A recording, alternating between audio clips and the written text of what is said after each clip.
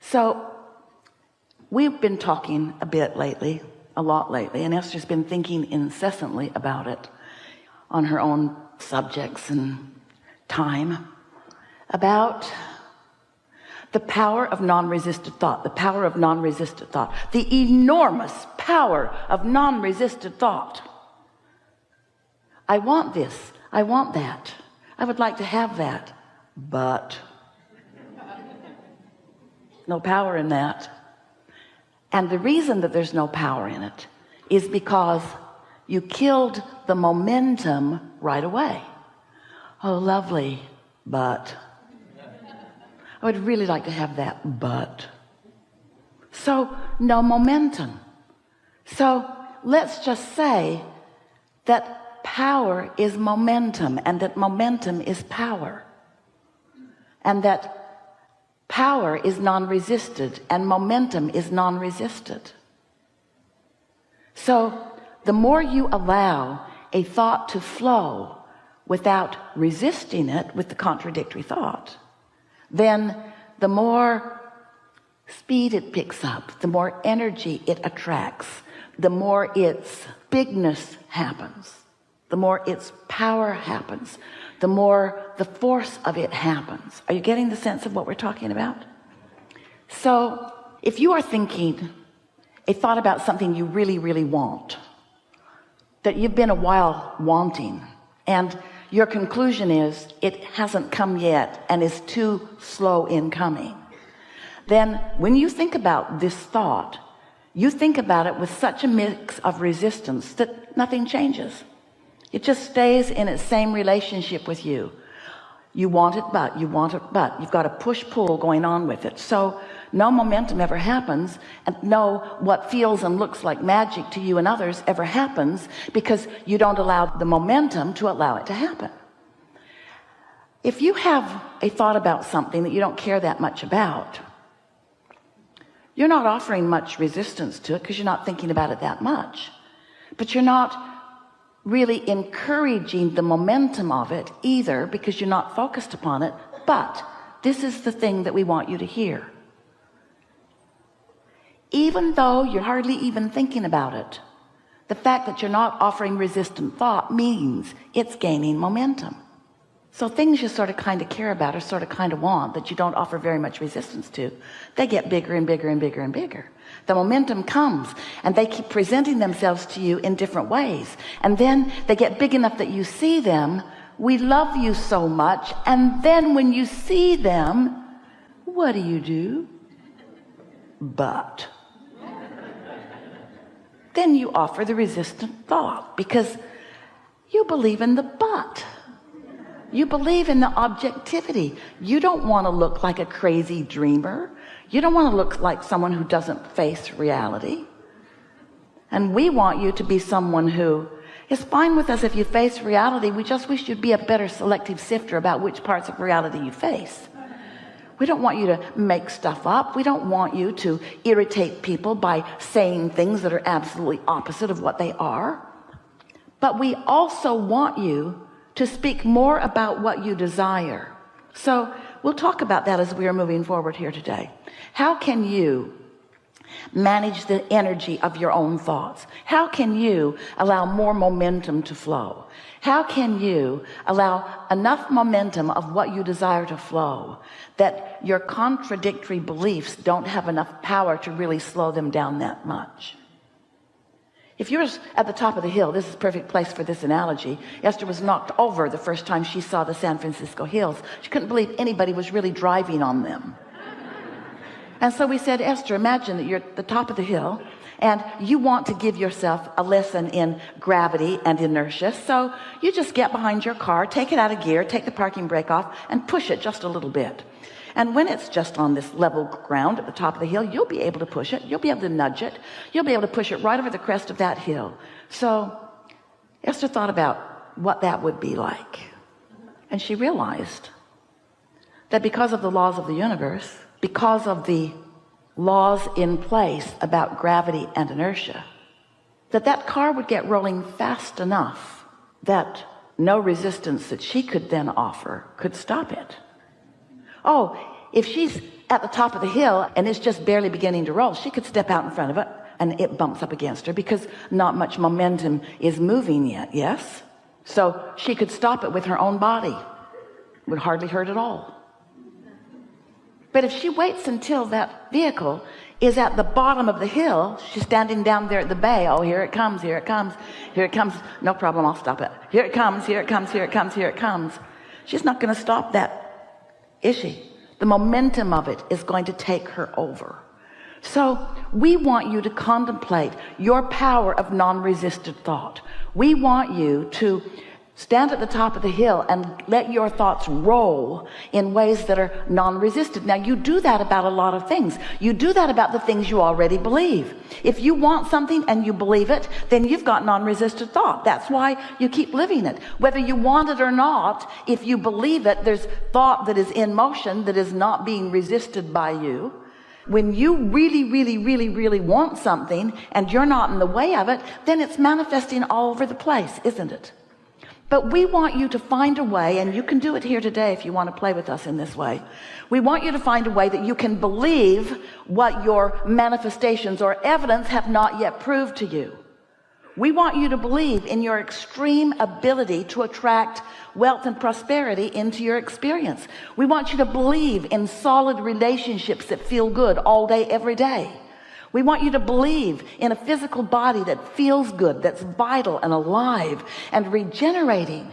We want you to believe in the things that feel good to you. We want you to believe in the things that you want, not just the things that you've already got.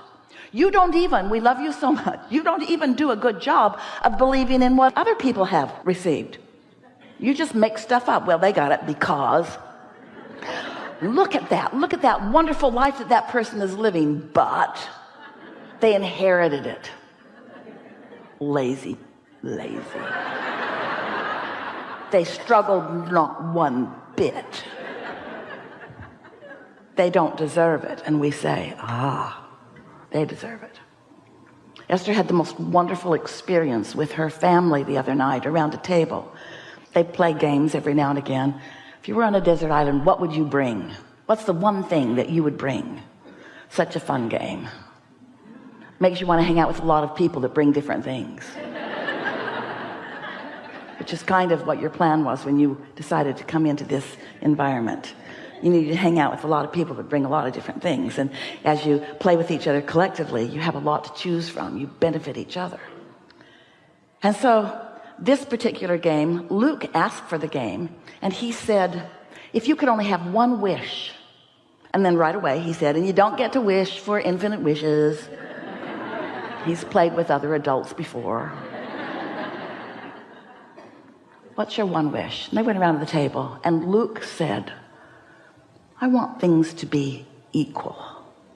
And everyone went, oh. And Esther said, they already are. Nobody wants to buy that. Because it doesn't look equal. And Esther knew it wasn't the time to explain that source energy is aware of everyone equally and flowing to everyone. And that the abundance is raining down. And that the factor is the letting it in factor, the believing factor, the allowing factor. But here's this young kid already in his young life. He's decided that things aren't equal because he sees people having different results. And so his assumption is it's in the offering factor. If things aren't equal, then there must be something wrong with whoever is dishing out the stuff. They must be mixed up. They are unfairly offering the abundance to the universe. They're offering it over there and not over there, and they're offering it over there and not over there. Because some people are sick and some people are well and some people are happy and some people are sad and some people are prosperous and some people aren't. In other words, there's all kinds of injustice that this very young person is witnessing as he looks around the world, and his logical conclusion is it's not equal. It's not equal because the manifestations are so varied. It is not equal. And Esther wanted to have 100 hours that she could just sit and softly explain the equality of the law of attraction. the fairness of it, the offering of it to everyone. And Esther knows that it doesn't seem equal if you're in an environment where people are optimistic, and so you just pick that habit up, as compared to somebody who's in an environment where people are very pessimistic and you pick that up. Esther gets it, that different people are having different exposure to life. But she wants so much for everyone to understand that there is this power of the universe that is available to everyone. And it's a power that as you pay attention to how you feel, you can feel your in this moment allowance and utilization of it, or you can feel your pinching offiness of it. You can feel it. And so all day, every day, Esther and those like her, you guys, are having exposure to life that's letting you know. When something comes into your experience, notice the vibrational quality of it. And by that we mean, pay attention to the way that you've been feeling about that. There are two ways to know what you're creating in your experience. Two ways. One is wait till it manifests and then you look at it and say, yeah, that's about right. Or feel it before it manifests and then decide whether to encourage the feeling further or whether to choose something that feels differently. Because there is a momentum in every thought, and the things that you are thinking about are coming to you, whether you want them or not.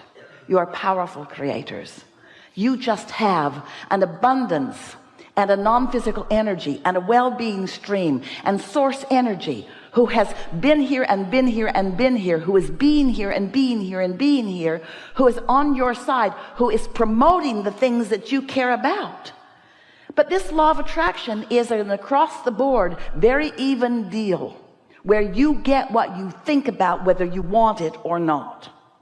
But you don't get what you think about whether you want it or not without knowing the direction of it.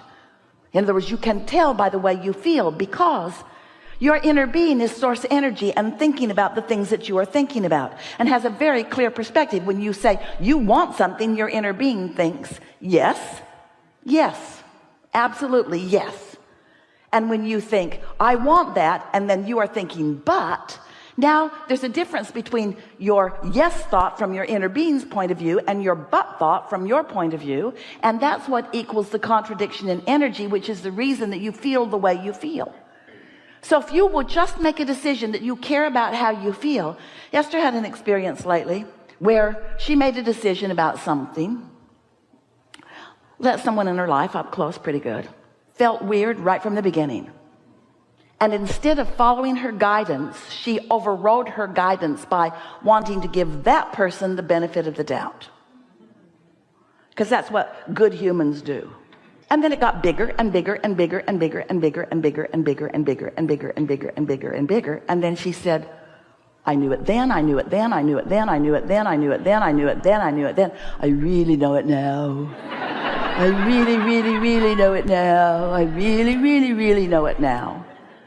And we don't want any of you to beat up on that. We just want you to start paying attention to what you knew and how it turned out, how you felt and how it turned out. We want you to start guiding yourself in the direction of what you want, not controlling others, controlling your own vibration and therefore controlling your own impulses. You are under the influence of source energy or something else in every moment of every day. And when you are under the influence of source energy, you feel clear-minded and sure-footed.